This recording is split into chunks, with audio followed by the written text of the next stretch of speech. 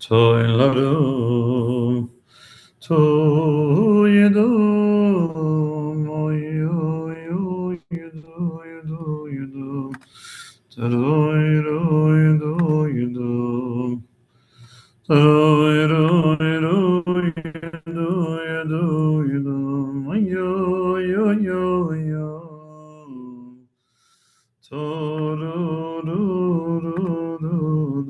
we are 30 seconds away from starting. I'm just going to share it on two more platforms. Get your buckle up, put your seatbelt on. We're going to take ourselves on a wonderful journey into Torah depth, Hasidic insight. We're going to have a lot of fun. Just came an hour ago from the ER, where a Jewish young man from New York punctured his lung while skiing in Big Sky. But we're happy to make it to the Parsha class. He's going to be okay. And we're going to get rolling here momentarily. You got all the news that fit the print. All you got to do is listen to me and read the Bozeman Chronicle. Okay, one more share and we are good to go. Well, let me let everybody in. There we go. Ta-dum, ta-dum.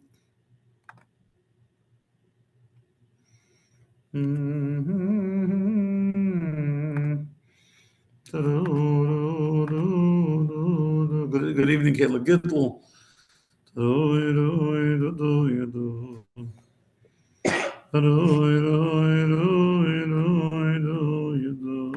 Okay. Ladies and gentlemen, we are live on YouTube, on Zoom, on Facebook, and who knows where else. I'm showing the government, wherever we're live in a lot of places. It is Parshas Yisroi. It is the Torah portion of the Ten Commandments. And guess what? We're not going to talk about the Ten Commandments.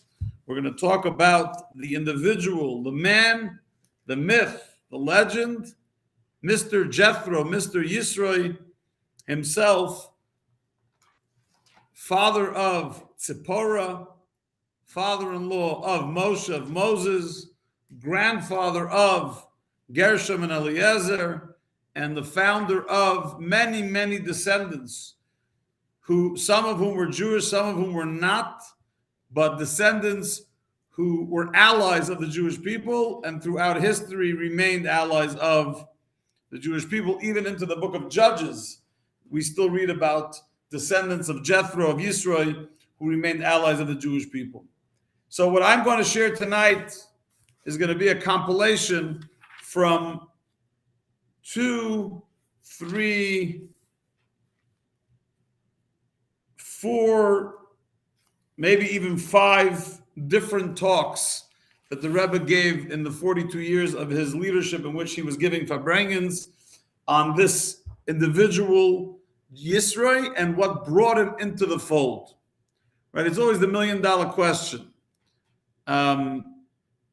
You meet a Jew, you say, what brought you back to the synagogue? What brought you back to Jewish life?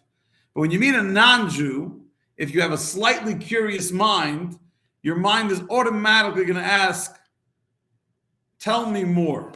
What was wrong with your life as a Gentile in Mississippi that you decided to schlep to yeshiva in Israel and join this group of abused humans known as Jews? To join this abused nation of Jews that the world hates? Why in the world would you make that choice? And so we look at a guy like Yisroi, we look at a guy like Moshe's father-in-law, and we say, what made him join the Jews? Okay, you say, well, he had a nice son-in-law who was Jewish, but that's enough of a reason. I mean, you have to take everything else into consideration. What else did he see about the Jews? The pros, the cons. Right at the first words of the parsha on page 435 in the Life Chumash that we use here at the Shul, it says, Jethro, the priest of Midian, father-in-law of Moses, heard about the splitting of the Sea of Reeds and the war of Amalek and all that God had done for Moses and for Israel, his people, providing them with manna and water in the desert, and most importantly, that God had taken the Jews out of Egypt. Now, before, why is the what? Looks like Facebook's struggling with some service. The question becomes, why is the entire, let's start with this. Why is the entire Torah portion called Yisro? You're talking about the Torah portion of the giving of the Torah. You couldn't think of a better name for the portion than maybe call it the portion of Torah. That's when we got the Torah. Call it the portion of Aseres HaDibros, the Ten Commandments. Why are you naming the entire portion for the guy who's mentioned only in the beginning, who happens to be sort of a side story? He's not the main story of the parsha. We're talking about the Torah portion that includes the founding moment of the Jewish people, which was the giving of the Torah at Sinai. Why not name the parsha? Why not name the parsha for something more exciting? Someone on Facebook is saying that the video cut off. I don't know if that's true. Oh, it says okay now. Okay, we'll hope and pray. I'm not in charge of internet connectivity. Where's Elon Musk with Starlink when I need him? So why name an entire parsha, such a prominent parsha, with the name of Yisro, of Jethro?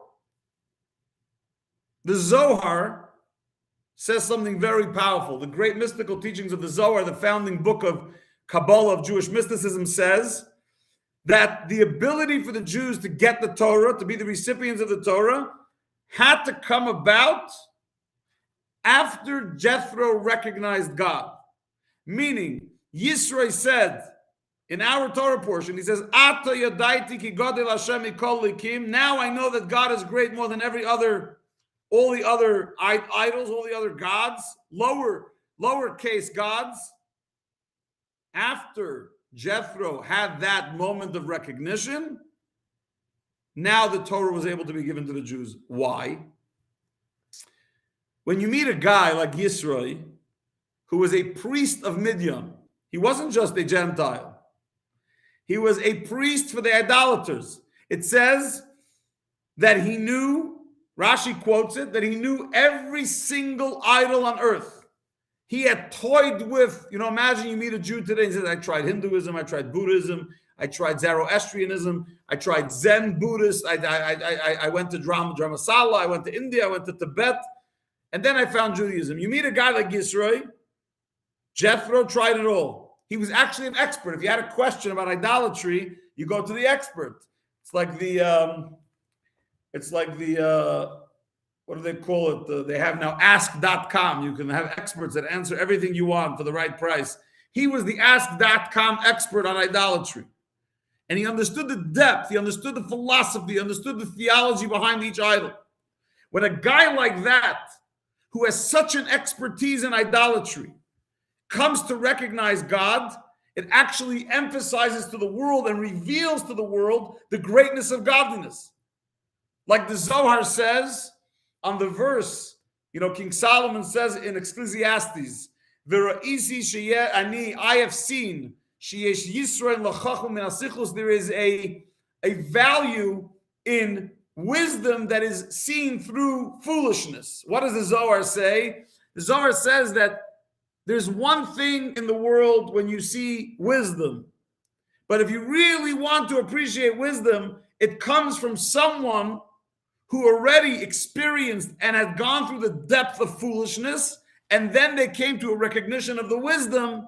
That's a high caliber form of Jewish wisdom.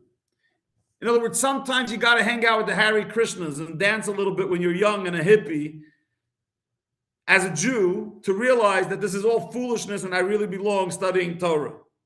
It sounds counterintuitive, right? And we wouldn't recommend to Jews to go dance with the Hare Krishnas or to go hang out with the, with the Jesus dudes, or to hang out with the Zen Buddhists, or to hang out with God knows, whatever other groups there are out there.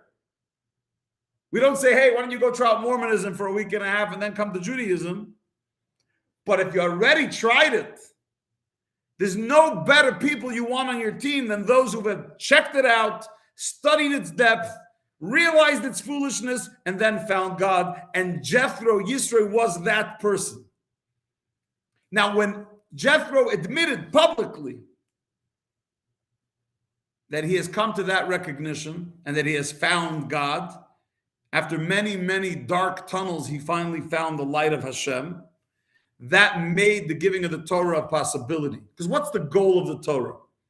The goal of the Torah, why God gave it to the Jewish people, was so that they can take a dark world and imbue it with holiness and goodness and reveal light, reveal wisdom. So Jethro was really the prototype because he's the guy that lived a life enmeshed in all the stupidity and the self-help books and the whatever the modern day of his time, whatever cockamamie stuff was out there. He tried it all, he studied it all, and then he recognized God. So he was the prototype for the giving of the Torah, because the giving of the Torah is about taking the wisdom of Judaism. Anyone that takes the wisdom of Judaism and locks it up in a closet or locks it up in a Jewish ghetto and says, we're going to keep the Torah bottled up in our little four walls of the Jewish ghetto in Brooklyn or Jerusalem or Chicago or LA or Paris, wherever it may be, that's not Judaism. Judaism is meant to enlighten the world. It's meant to shine. It's meant to transform. Yisro was a transformer. He was able to do that because of his background. And he was able to inspire God, if you can say something like that, to inspire God to say, you know what, the world is ready for the Torah. And that's why the Torah portion is named for him, because if you want to know the impact of what the Torah is, you got to look at the guy, the prototype, who understood what it means to find godliness in the foolishness, to find the light in the darkness, and that was Jethro. If you ever, by the way, as a side note, before I continue, if you ever want to find someone that's passionate about Judaism, find someone who has traveled through the dumpster fires of India. And I don't mean the country, I just mean the religion, the religions that hang out there. They spend time in monasteries, and they did 16 weeks of no talking in a monastery with Buddhists, and they hung out with monks, and they didn't eat whatever for 4 days, and then they did cold plunges, and then they went to meditation with Wim Hof, and then they flew from there to check out Tibet, and from the Dalai Lama they went to check out the Vatican, and from the Vatican they went to Independence, Missouri, to hang out with the Mormons, the LDS, and from there they flew over to check in with the Baha'is, and God knows everything. If you want to find someone, a Jew that really appreciates Judaism, if you want to find a Jethro, you're going to find someone that's been through all that and found God, and then you'll see a passion and excitement about Judaism that's unparalleled. And that's why we named the Torah portion of the giving of the Torah for the guy who lived it, embodied it, and loved it, because he appreciated what it gave the world, because he knew what else was out there, and it was not pretty. But then there's a second thing that we read. It's from Rashi, but we read it in the translation. What did Jethro hear that decided to make him join the Jewish people? The splitting of the sea and the war of Amalek. In last week's Torah portion, we read about how the Jews overcame the enemy of Amalek. Moses was on top of the mountain. Hur held up one hand. Aaron held up another hand. And when they raised their hands, everyone looked up to the heaven. And so they overcame the enemy of Amalek, and also did the splitting of the sea. So we have two questions here. Number one, why these two? Didn't we read in the verse itself? If you actually read the verse, it says he heard about the Exodus from Egypt. Was that not good enough? That Rashi had to say it wasn't the Exodus from Egypt, it was the splitting of the sea and the war of Amalek? And also, when you open up the Medrash, it actually includes both of those things. I'm sorry, Rashi includes both of those things together, that he heard both, the splitting of the sea and the war against Amalek that we won. But if you open up the Medrash, it actually has two opinions. One opinion says that it was the splitting of the sea. The other opinion says that it was the war against Amalek. So why in Rashi does he combine the two, but in the actual Medrash, he has them as separate opinions? So what the Rebbe explains is as follows. Rashi does combine them too, because what caused Jethro to join the Jewish people was the combination of both, because there was a trajectory here. What was the trajectory? It's very interesting. The chronology is so important. Sometimes you read a verse, you don't realize the chronological order. When the Jews went through the Sea of Reeds in last week's Torah portion, when they survived and God split the sea, and then the Egyptians drowned in the sea, the world went bananas. The world had such an admiration and adoration. They were obsessed with the Jews, as it says in the song, Shamu Amim Yirgazun, the nations got angry, and then the inhabitants of Canaan were melting, meaning the world, their respect for the Jews and the message they got of backing off and not messing with the Jews was on super high level after the splitting of the sea. But then there was a group of anti-Semites known as Amalek. And even though we beat them, we overcame them in the war, but the fact that they were willing to attack us made the world say, maybe the Jews are not that special. Maybe God doesn't really protect them that much. Because look, the Amalek guys, they came and attacked them, and yeah, they lost, but they still put up a fight. Right? The Medrash says that it's like a person that puts his foot into a bath that's boiling hot, right? You're testing the waters. Every time you put a limb into that hot bath, your body cools off the water just a little bit. So Amalek cooled it off. The world said, we were really scared of the Jews. We respected them. We were in awe of them. We were scared of them. But you guys just cooled it off because you were willing to put your feet in the hot bath. You were willing to mess with the Jews. So now Jethro looks at the Jews and he says, on the one hand, they had the splitting of the sea, which was great honor. But then it shifted to this great cooling of the honor because of what Amalek did. So he wanted to bring the honor of the Jewish people back to where the glory. Jethro loved the Jews so much, he wanted to help glorify them. So he went, instead of being a private citizen living in Midian who believed in God and found God, he went public. He wanted the world to know that he had come from the other side, from the dark side, that he had seen the idolatry. He had studied the idolatry. He had experimented with the idolatry. He'd answer questions for people. He was the expert on idolatry, and he chose God. And when the world saw, when the Middle East saw that a Midianite idolatrous priest who used to be one of them has chosen God, and he went public with it, it allowed the glory of God and the Jewish people to come back the way it was after the splitting of sea. So Rashi includes both the splitting of the sea and the war of Amalek, because the war of Amalek is what cooled it off. So what made Jethro come and join the Jews? It was the splitting of the sea and the war of Amalek, but not the way you think it means, that those two glorious moments brought him back. It was the glory of the Sea of Reeds and the lack of glory, the disrespect that came about through the war of Amalek that made Jethro choose to come and bring the glory back to the Jewish people, putting his own reputation on the line by going public as a person that has now chosen the God of Israel. And interestingly,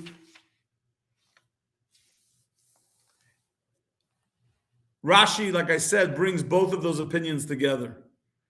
That what Jethro saw that excited him was both the splitting of the sea and the war of Amalek. Because there's an interesting teaching of the Rambam, Maimonides. Today, yesterday, we started the new cycle of the Rambam. So on all three tracks, those who study one chapter a day, those who study 3 chapters a day, and those who study the book of mitzvahs of the Rambam. Yesterday, we started a new cycle. So if you haven't started yet and you want to start, today's a good day because you only have one day to catch up on from yesterday, and then you're on track. So if you want to know more about that, let me know. If you want to do the mitzvahs every day, it's very easy. If you want to do 1 chapter a day, it's a little harder. If you want to do 3 chapters a day, I don't recommend it. I do it, and it's not pretty. But you can get there one day, but today's not the day. But the Rambam writes in his introduction to the Mishnah that the Torah includes completion, wholesomeness in 2 aspects: wisdom and action. Wisdom is the study of Torah and the recognition, the intellectual recognition of God, and action is doing the mitzvahs of the Torah and character refinement. Again, divided into 2, wisdom and action. Wisdom is study, Torah, and intellectual recognition of God, and action is doing the 613 mitzvahs and rectifying our character traits, refining our character traits. And since the Torah includes both, if we're going to prepare for the giving of the Torah, then we need to prepare for both as well. And both of those realities existed in the story of Jethro's conversion to Judaism. Before Jethro came to the Jewish people in the desert, he was an idolatrous priest. What does that mean? What does it mean, an idolatrous priest? It means first of all, he was a very honorable member of the Midianite nation, which means his actions, the way he lived his life, his customs was very much in sync with the idolatrous or the Midianite lifestyle, and people respected him for it, which means he was good at it. And he was an idolatrous scholar. People would come to him with questions because he knew all the idolatries of the world. So he was both a man of wisdom and a man of action. He had both. He was not like a pushover, right? He's not like a guy who joined Judaism because, well, tried everything else, I might as well try this one. He really was a deep thinker and a practicing idolater who was respected both in the realm of intellect and in the realm of action. And that was before he joined the Jews. He was an intellect and a man of action. Except before he joined the Jewish people, his intellect and his action, his wisdom and his action was devoted to unholy things. And when he converted to Judaism, he took those two character traits, the devotion to intellectual stimulation and wisdom and thought provocative thinking, as well as the realm of action and character trait refinement, and he brought it into the realm of holiness. And that's why it says that his name Yisro, the word Yisro means to add. In Hebrew, Yeter means another one, because he added a new parsha in the Torah, because we're reading all about him, because if he hadn't come around, we wouldn't have to read about him. So there's more Torah written because he came and joined the Jews. And as it says in the Medrash, he was scrupulous. He did so much in the realm of good deeds. And because his transformation was both intellectual and actual, intellectual and practical, therefore the two things that brought him on board was also two things. Number one, the splitting of the sea. Why did the Jews merit the splitting of the sea? Because they followed God's command. What was God's command? Go into the water. In other words, I said to go forward, go forward. So they went forward and the sea split. So the splitting of the sea represents the action, which corresponds to Jethro's action of being a man of action. And the war of Amalek, when we beat them, remember what happened? They would, when Hur and Aaron and Moses would raise their hands, the Jewish people would look up to heaven. It represented a devotion to their Father in heaven, the intellectual pursuit of a relationship with God. And so Jethro, who was a man of wisdom and action, joined the Jewish people after seeing things that are related to action and to spiritual and intellectual pursuit, and that brought him on board. So it actually makes perfect sense that the wholesomeness of Jethro's conversion and Jethro's transformation was related to those two episodes. But the key question wasn't answered. I'm not going to ask you to guess what it is, because then I'm going to have to unmute all of you and then it's going to be chaos. But right now, your brain should be saying, Rabbi, you didn't answer the main question. What's the main question? Why does Rashi tell us that the reason Jethro came and joined the Jews was because of the splitting of the sea and the war of Amalek, when the verse literally says on its own, Jethro, the Midianite priest, the father-in-law of Moses, heard everything that God did to Moses and the Jews, and he took the Jews out of Egypt. What was wrong with that? Meaning, why is the verse itself not enough when it says that Jethro joined the Jews because he heard that God took us out of Egypt? Why does Rashi need to add from the Medrash, oh, no, Egypt taking us out of Egypt is not enough. What he really heard was the splitting of the sea and the war against Amalek. And here is where I marvel. I marvel at the Rebbe's wisdom and approach to a simple Rashi. Because 99.9% of Jews could study that Rashi and say, oh, wow, Jethro came because of the splitting of the sea and because of Amalek, without even paying attention that the verse itself says something very different. The verse says he came because he saw the Exodus. So which is it? The Exodus that says in the verse, or the splitting of the sea and the war against Amalek? But here's where the Rebbe, comes with such incredible wisdom. He says, if you look at Rashi, Rashi doesn't ask why Jethro converted to Judaism. The verse tells us why he converted to Judaism. He converted to Judaism because he saw the Jews, He watched the experience of the Exodus from Egypt, and that was enough for him to convert. But converting to Judaism doesn't mean that you have to pack your bags and move into the desert with the rest of the Jews. He converted in Midian. He could have stayed there and be a very big fan of the Jews and joined the Jews. Why did he have to pack up and go join Moses and the rest of the Jews? So Rashi doesn't say, why did Jethro convert? Rashi says, Ma shmua shama uba. What did Jethro learn that made him want to pick up, pack up, and go join the Jews in the desert when he could have done Judaism in Midian too? Why would he pack up and move? And Rashi says, that's a question we don't know the answer to. In other words, from the verse itself, it doesn't tell us why he went. It just tells us why he converted. Why did he pack up and go? He says, for that, there's two reasons. Number one, the splitting of the sea. Number one, the war against Amalek. What does that mean? Spiritually, mystically. So the splitting of the sea wasn't just a big miracle. There's been a lot of big miracles in Jewish history and human history. It was a total breakthrough of all limitations that are nature, that are natural. There's the rules of nature, right? There's water and there's land. There's revealed and there's hidden. There's esoteric and exoteric. There's certain ways God created the world. You live in Montana, there's certain things, natural occurrences that you'll see in the mountains.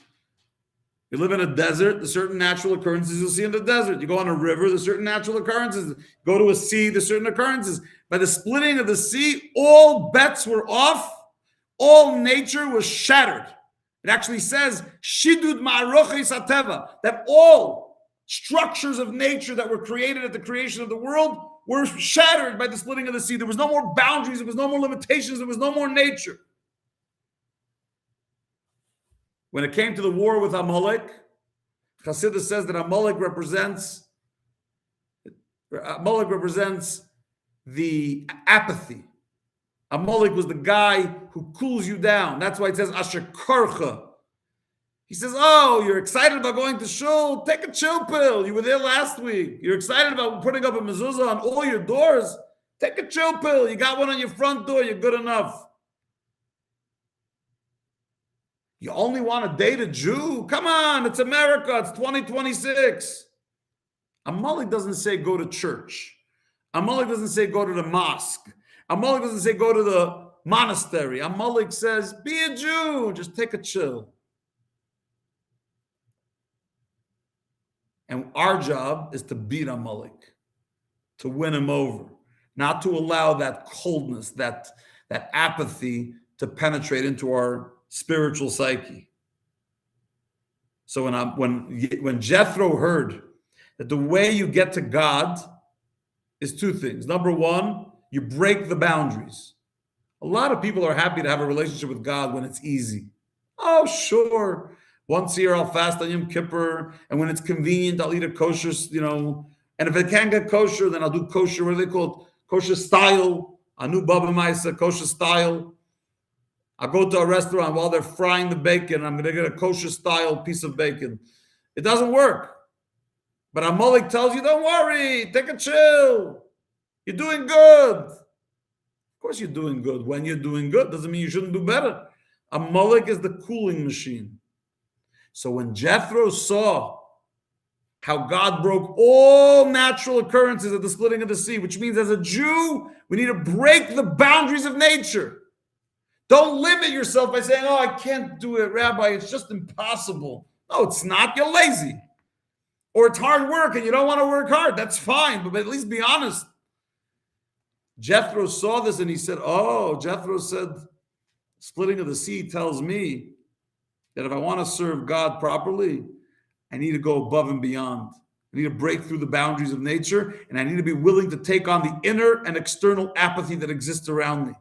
So what do I need to do for that? What's the greatest way to get warmed up, fired up, passionate? The best way to do it is to do something that's really, really hard. And you know what was really, really hard for Jethro? To leave his homeland, to leave his, right? If Moses was 80 at the time, I don't know offhand how old Jethro was, but he was his father-in-law, so I'm guessing he was older. Right? Pack up. So it's not enough that you chose God and you chose Judaism, but go join Moses. But I can't, it's uncomfortable. But hold on, the splitting of the sea and the war against Amalek, I need to fight the inner apathy. I need to fight the inner coldness. I need to fight the...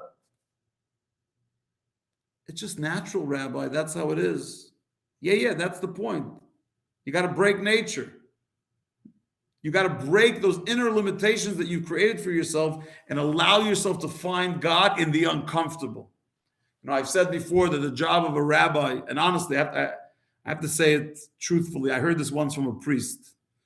I was at some very boring, very, very boring interfaith meeting, which I don't recommend to anyone. They're very boring and there's nothing to accomplish there. Good people can always grab a cup of whiskey or coffee together. That's not a bad idea, but all this waste of time sitting with a bunch of religious leaders who are bored is not my cup of tea.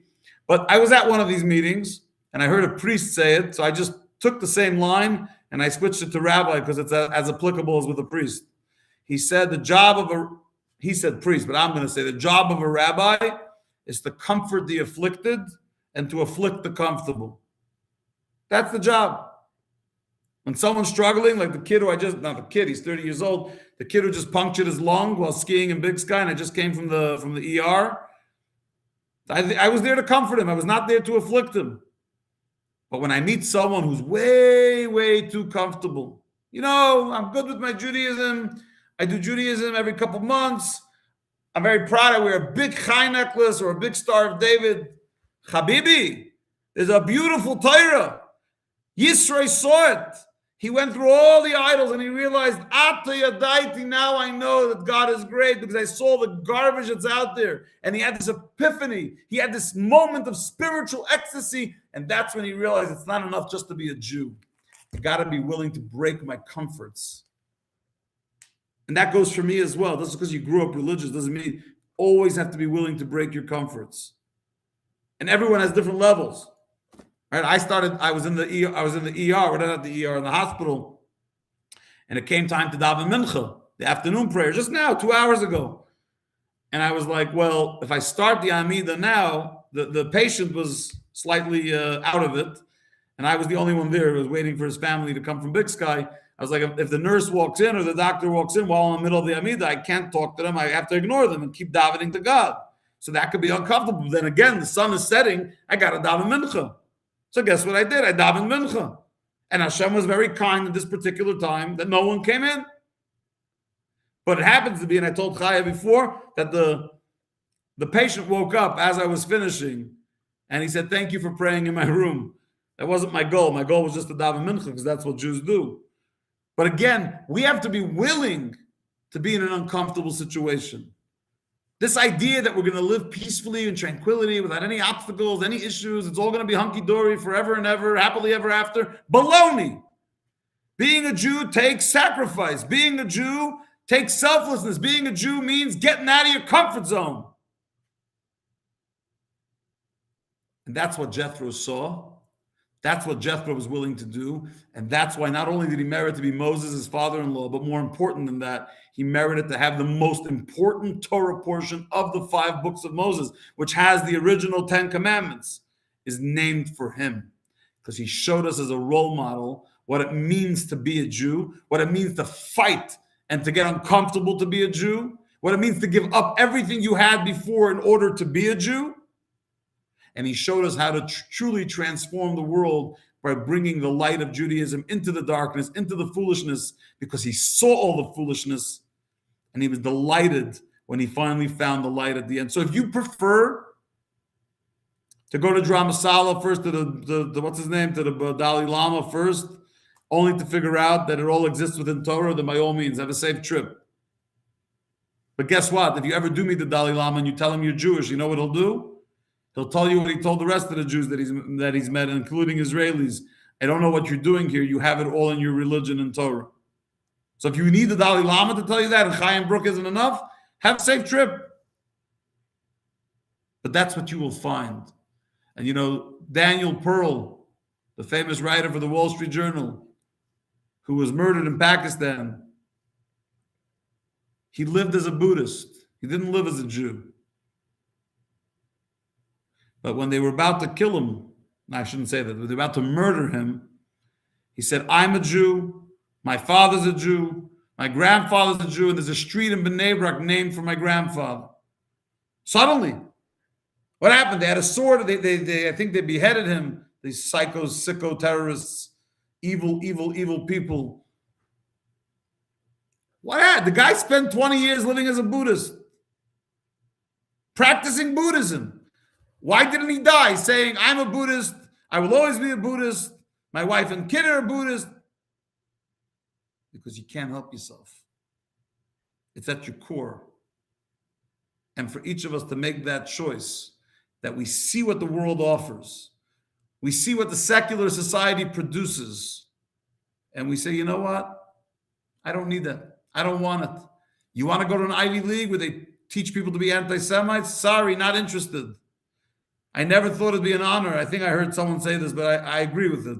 I never thought it'd be an honor to say, I am honored that I never attended an Ivy League. I am. Now, if anyone in this class has been to an Ivy League, my heart goes out to you. I really feel bad because your Ivy Leagues have turned into an absolute cesspool.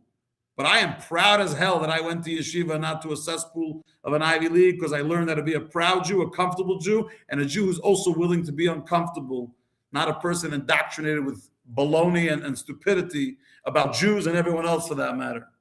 So l'chaim to Jethro, l'chaim to Yisro for being the prototype of the sacrifice and beauty that exists within being a Jew, to be worthy of the name of the Parsha, and to set the stage for the giving of the Ten Commandments, which we're going to read this Shabbos in Shul.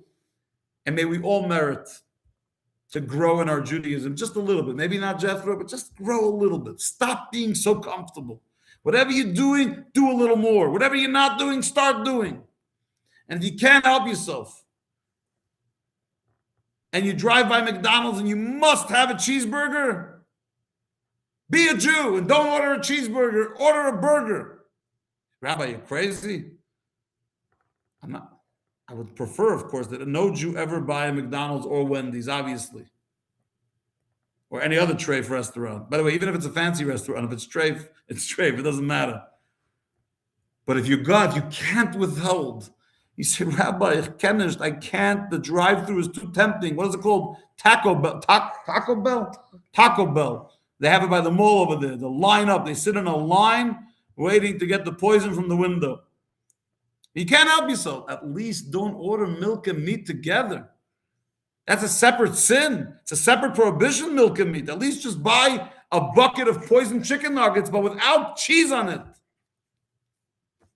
You're going to buy a burger, it's treif, but at least it's not a cheeseburger. You don't have to do 9 sins when you have the burger, just do 1. Get uncomfortable. The more uncomfortable you are, the more you know you're getting closer to God. Wishing you a rockin' rest of the week. See you all Shabbos. Be inspired. Be uplifted. Be proud and uncomfortable in your Judaism till we merit the coming of Mashiach Tzidkenu. May be speedily in our days. Mic drop. I got a mic drop from Robert. Look at that. Have a good night. And if you're on Zoom, I'm going to try this again, Garl.